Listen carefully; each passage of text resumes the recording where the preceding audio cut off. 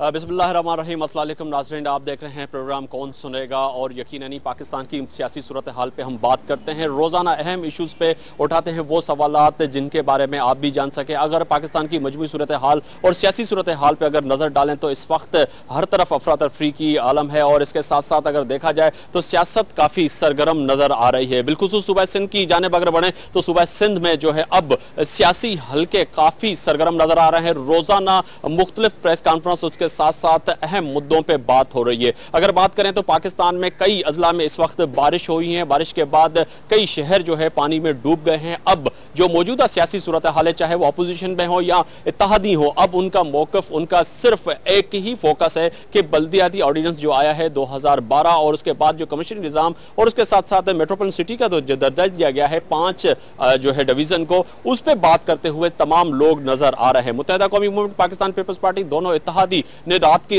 तारीखों में जो है मिठाइयां बांट के तमाम वो इत्तेहादी उनको तो नाराज कर दिया, पर आज भी पाकिस्तान के मुख्तलिफ शहरों में गयूर अवाम जो इन लोगों को वोट देके ऐवानों तक पहुंचाते हैं, वो ये सवाल उठा रहे हैं कि आखिर हमारी कौन सुनेगा और आज हम जो है बारिश से जो है मुतासिर हुए, हमारे लिए काम कौन करेगा। आज अहम प्रेस कॉन्फ्रेंस हुई है, उसके साथ साथ शहरियार महर साहब हमारे साथ मौजूद हैं। उनसे अहम सवाल उठाएंगे कि आखिर इन्होंने अलहदगी क्यों इख्तियार की जो है अपनी जमात से, और आपको इस ऑर्डिनेंस पे एतराज़ क्या था?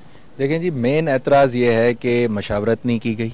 हम इत्तेहादी थे तो हमें बुला के उसमें कंसल्टेशन की जाती, यानी कि उनकी नीयत साफ नहीं थी, इसलिए छुप के रात को 4 बजे उसको पास किया गया। वेरेज असेंबली बेस्ट फोरम था इस चीज़ के लिए। जब आपने 2001 के कानून को रद्द किया था और 79 के कानून को बहाल किया था, अभी 2011 की बात है, तो वो असेंबली के थ्रू किया था और उस पर पीपल्स पार्टी ने हमें कन्विंस किया कि 2001 का कानून सही नहीं था, वो सिंध के मफाद में नहीं है, आप लोग सब मिलके 79 के कानून को सपोर्ट करें, और हमने उसको सपोर्ट किया। पीपल्स पार्टी की बात पे उनको सपोर्ट किया। आज वो हमारी सारी बात छोड़ के एक ऑर्डिनेंस के थ्रू उसको नल एंड वॉइड करार दिया जा रहा है और एक अलग किस्म का कानून लाया। आपकी पार्टी में मेरी अलीम आदिल शेख साहब से भी एक दिन पहले बात हुई थी और पिछले प्रोग्राम में उनसे भी बात की, तो उन्होंने कहा ठीक है, हमें इत्तेमाद में नहीं लिया गया, नहीं बुलाया गया, पर उसका मकसद ये नहीं है कि हम जो है इत्तेहादी हैं, हम पार्टी को छोड़ दें या इत्तेहाद को छोड़ दें। तो आपका पार्टी से अलग अपना मौकफ है या आपकी पार्टी जो है आपके साथ है? जी, हमारी पार्टी साथ है। सिंध के सदर हैं गौस बख्श खान महर, उन्होंने अनाउंस किया है कि हम अलहदगी कर रहे हैं सिंध में, और चौधरी साहब की ब्लेसिंग से किया है, हमारी लीडरशिप की ब्लेसिंग शामिल है इसमें। वो एक इंडिविजुअल का मसला है जिसके अपने इंटरेस्ट है, हमारा इंटरेस्ट इस वक्त शेख साहब का अपना इंटरेस्ट है, उसका मसला सिंध या और आम इशूज नहीं, वो अपने किसी उस पे कह रहे हैं, किसी भी बुनियाद पे कह रहे हैं, उनका लोकल। हम सिंध के इशू पे हैं, हम भी उसी तरह के वजारत छोड़ते हुए सबको बुरा लगता है, लेकिन एक कड़वा घूंट पीना पड़ता है सूबे की खातिर, लोगों की खातिर। अच्छा, पाकिस्तान पीपल्स पार्टी और मुत्तहिदा कौमी मूवमेंट, जिन लोगों से हमारी बात हुई है, वो तो ये कह रहे हैं कि ऑर्डिनेंस अभी तो हुआ है, पर ये असेंबली में जाएगा, उसमें बहस होगी, अब तमाम लोगों को बुलावा जाए इस पे, जो है इसके इशू बना रहे हैं, कोई इशू है तो नहीं, और इस जब आ जाता है असेंबली में और ये मेम्बरान थे, मोहतरम मेम्बरान है, और ये जब आएगा तो इस पर बात कर सकते थे। नहीं, ये सब देखें, एक ड्रामेबाजी की बातें की जा रही हैं। असेंबली में आना था तो आप पहले असेंबली में पेश करें, असेंबली मौजूद है, कोई स्टेट ऑफ इमरजेंसी तो नहीं है मुल्क में। आप असेंबली का सुबह इजलास बुलाएं, आपके हाथ में, उसमें आके ये बिल पेश करें। अगर आप हमसे कंसल्ट नहीं करना चाह रहे, पहली बात तो ऑर्डिनेंस बनाते हुए हमसे कंसल्ट करना चाहिए था कि ये हमने पॉइंट्स डाले हैं, इसमें ये कॉपी है, आप इसको, अभी तक कॉपी ही ऑफिशियल नहीं की जा रही। हम जो बात करते हैं, जो पॉइंट देते हैं, उसमें अमेंडमेंट करना वो शुरू कर देते हैं। उन्होंने रख के बैठे हुए हैं, वो रिएक्शन देखना चाह रहे हैं पूरे सिंध का, क्या रिएक्शन होता है। रिएक्शन होगा। आखिरी सवाल मेरा आपसे ये होगा कि अब आप लोगों ने, कौम परस्त तमाम जमातों ने इत्तेहादी होकर और एक यकसा जो है सिंध की आवाज़ बुलंद की है कि जी ये ऑर्डिनेंस को जो हम रद्द कर रहे हैं, और 13 तारीख को आई थिंक जो आपने कॉल दी है एहतजाज, उसमें भी जा रहे हैं, क्या रद्द अमल होगा, क्या असर पड़ेगा इससे? देखें जी, सीवियर रद्द अमल होगा। सिंध के लोग इसको कतई तौर पर एक्सेप्ट नहीं करेंगे और उसका बड़ा एक स्ट्रॉन्ग रिएक्शन होगा। वो 13 तारीख को सबको नजर आएगा। 13 तारीख को लोग बताएंगे कि वो उसको एक्सेप्ट कर रहे हैं या नहीं, वो आपके सामने होगा सब। बहुत शुक्रिया। शहरियार महर साहब हमसे बात कर रहे थे। 13 तारीख को पता लग जाएगा कि सिंध के लोग बिल्कुल यकसा होकर इस ऑर्डिनेंस को जो है बाहर फेंकेंगे, और यकीनन ही पाकिस्तान पीपल्स पार्टी और मुत्तहिदा कौमी मूवमेंट के लिए इस वक्त काफ़ी मुश्किल नज़र आ रही है। हम कोशिश करेंगे किसी और रहनुमा से भी बात करें और आपकी बात भी करवाएं। हमारे साथ मौजूद हैं जामद अली साहब, उनसे भी बात करेंगे और उनसे जानने की कोशिश करेंगे। पिछले प्रोग्राम में भी मैंने जामद अली साहब के सामने बड़े अहम सवालात उठाए थे, उन्होंने जवाब दिए थे। आज भी कोशिश करेंगे क्योंकि काफ़ी दिन हो गए हैं, क्या राय अमल तय हुआ है, आगे किस तरह जाएंगे और अगर ये अपोजिशन बेंचों पर बैठेंगे तो उधर अपोजिशन सिंध असेंबली में कैसे करेंगे। जाम साहब बहुत शुक्रिया, एक तो आपने टाइम निकाला हमारे लिए। जाम साहब ये फरमाइएगा कि मैंने पहले भी आपसे सवालात रखे थे, बहुत अहम सवालात, और उसमें जानने की कोशिश की। इस वक्त दो पार्टियां एक तरफ और एक पूरा पाकिस्तान और पूरी सरापा एहतजाज जमातें एक तरफ हैं सिंध में, तो आपने फैसला कर दिया है आप अपोजिशन सीटों पे बैठेंगे? जी बिल्कुल, हम लोगों ने फैसला क्लियर कर दिया है।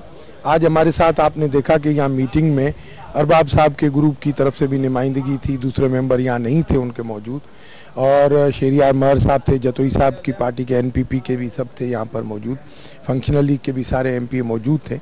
ये हम चारों पांचों पार्टियों के जो भी कायदीन हैं उनका मुत्तफिका एक फ़ैसला है कि हम लोगों ने अपोजिशन में बैठना है और सिर्फ इसलिए बैठना है कि ये सिंध को तकसीम करने की साजिश हो रही है और सिंध को तकसीम होने नहीं दिया जाएगा और ये सिंध की आवाम की आवाज़ है। एक सवाल मैं आपसे करूंगा कि सिंध के लोगों की यकीनन ये आवाज़ है, आप सिंध की तर्जमानी करते हैं, सिंध के इलेक्टेड नुमाइंदे हैं, पर यहाँ पर एक सवाल हो रहा है जो मुत्तहदा कौमी मूवमेंट के रहनुमाओं से हमारी बात हुई है और हमारी बात हो रही है पाकिस्तान पीपल्स पार्टी के रहनुमाओं से। वो तो कह रहे हैं कि जब असेंबली में ऑर्डिनेंस आएगा, जब बिल पेश होगा, उस पर जब बहस होगी, उसके बाद ही ये लोग बात करें। इससे पहले कबल वक्त ये जो बातें कर रहे हैं कि सिंध को तकसीम किया गया, इससे हरगिज़ हम भी सिंध की तर्जमानी करते हैं, हम भी सिंध के नुमाइंदे, तो हम तो कोई तकसीम नहीं किया।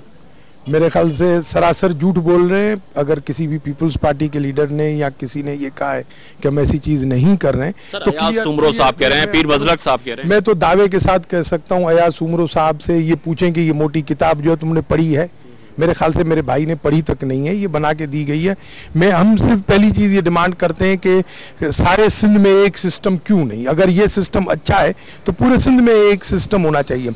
और जबकि सिंध की आवाम ने अगर इस सिस्टम को मुस्तरद किया है, वो कबूल करना नहीं चाहते, तो आप क्यों सिंध की आवाम को जो है रोडों पर लाना चाह रहे हैं, क्यों सिंध को तबाही की तरफ लेना चाह रहे हैं, क्यों सिंध में लॉ एंड ऑर्डर की फिजा ख़राब करना चाह रहे हैं और क्यों सिंध में आप भाई भाई से लड़ाना चाह रहे हैं। ये तो सिंध के लोगों को तकसीम करने की, सिंध में यहाँ पर फिरकावारियानियत और लिसानियत के झगड़े और ग्रुप बंदी की बात की जा रही है।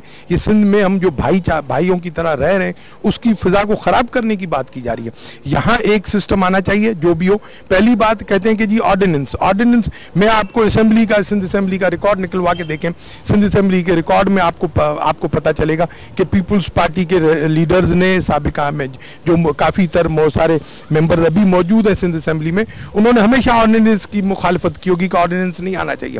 और जबकि असेंबली हमारे पास मौजूद है, जबकि हमारे पास डेमोक्रेसी चल रही है। जाम साहब, मैं भी जो है सियासत का अदना सा जो है स्टूडेंट हूं और इसके साथ साथ जो लोग इस वक्त आपको देख रहे हैं वो भी जानना चाहेंगे आप सीनियर पॉलिटिशियन की हैसियत से कि जब असेंबलियां इस वक्त मौजूद हैं और रातों रात की तारीख में जिस पे आपका भी मौक़िफ़, तमाम कौम परस्तों का मौक़िफ़, ऑर्डिनेंस लाने की ज़रूरत ही क्या पड़ी इनको? एग्जैक्टली मेन चीज़ ये है कि इनको चाहिए था कि जो भी कानून साजी कर रहे थे असेंबली के अंदर लाते, असेंबली के अंदर पुटअप होता, उसके अंदर फिर वो कमेटीज़ के हवाले होता और कमेटीज़ में हवाले के बाद ये होता है कि सारे कमेटीज़ के अंदर जो हमारे सारी पार्टियों के नुमाइंदे मौजूद हैं वो उसके ऊपर डिस्कस करते हैं।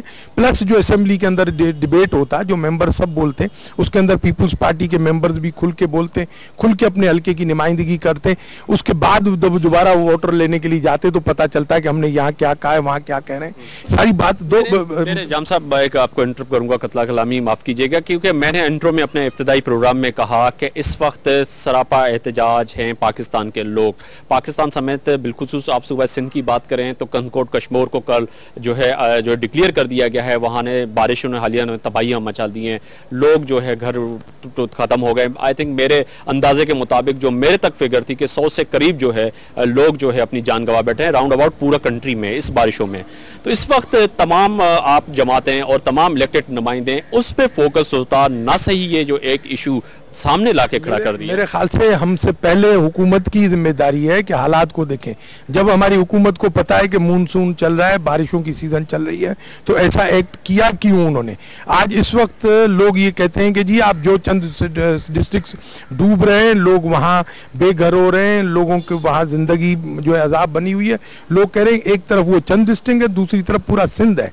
लोग कहते हैं कि हमें भले डूबने दो, लेकिन आप लोग इस ऑर्डिनेंस के खिलाफ लड़ते रहो, ये ऑर्डिनेंस वापस होना चाहिए। ये पूरे सिंध की तबाही है, और सिंध की तबाही मीन्स पाकिस्तान की तबाही है। मैं रिक्वेस्ट करूंगा हमारे वजीर आला साहब को, हमारे ऑनरेबल प्रेसिडेंट साहब को कहूंगा कि इस ऑर्डिनेंस को वापस लिया जाए, इसको जिद ना किया जाए, इसके ऊपर संजीदगी से गौर करके उसके बाद सारी पार्टियों को, हमारे कौम परस्तों को, हमारी आवाम को ऑन बोर्ड लेना चाहिए और एक ही सिस्टम पूरे सिंध को देना चाहिए। जाते जाते जाम साहब 13 तारीख के हवाले से पूछूंगा, 13 तारीख को आपको क्या समझ में आ रहा है कि तमाम सिंध के लोग मुत्तहद होकर उन हुक्मरानों को जो इस वक्त ऐवानों में बैठ के, गवर्नर हाउस में बैठ के, सीएम हाउस में बैठ के उनकी तकदीर का फैसला करेंगे, उनको क्या जवाब मिलेगा?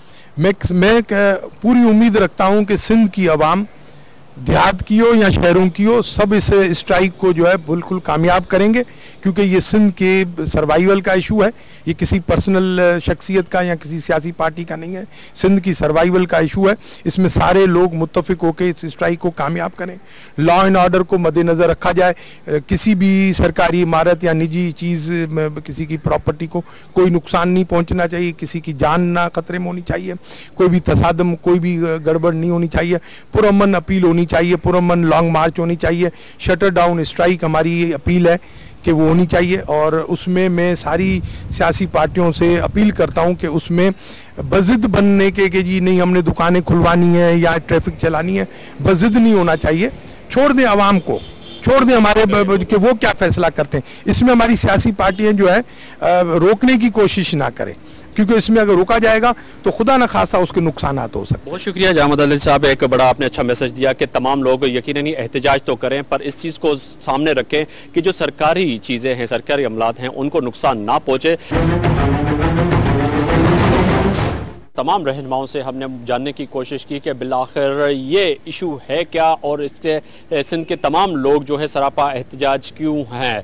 क्या ये तय है कि कुछ लोग का ये भी कहना है कि तमाम इत्तेहादियों को सिर्फ एतमाद पर नहीं लिया गया, उस पर जो है तमाम इत्तेहादी नाराज़ हो गए हैं, और जो हम वक्तन वक्तन दूसरे मुख्तलिफ रहनुमाओं से बात कर रहे हैं। बिलाखिर ये इशू है क्या? हमारे साथ मौजूद हैं मारवी राशिदी साहिबा, वो असम्बली के फ्लोर पे काफ़ी अपोजिशन भी करती हैं, बड़ा डट के भी बात करती हैं। इनसे जानने की कोशिश करेंगे कि इनका मौक़िफ़ क्या है, आपकी पार्टी का मौक़िफ़ क्या है कि ये जो 13 तारीख को स्ट्राइक हो रही है, इस पर आखिर ऑर्डिनेंस आया तो है, पर ये असम्बली में जाएगा, आप वहाँ पे भी अपोजिशन कर सकते थे, उस पे जो नुक्ते थे उन पे एतराज़ उठा सकते थे आप।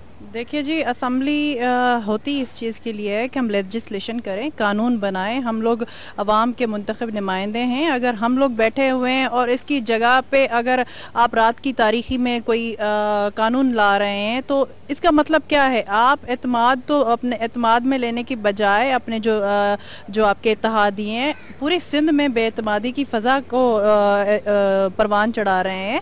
इसके अलावा ये जो ऑर्डिनेंस आया, ये इंतहाई, जिसको काला कानून कहा जाए तो कोई कम नहीं होगा।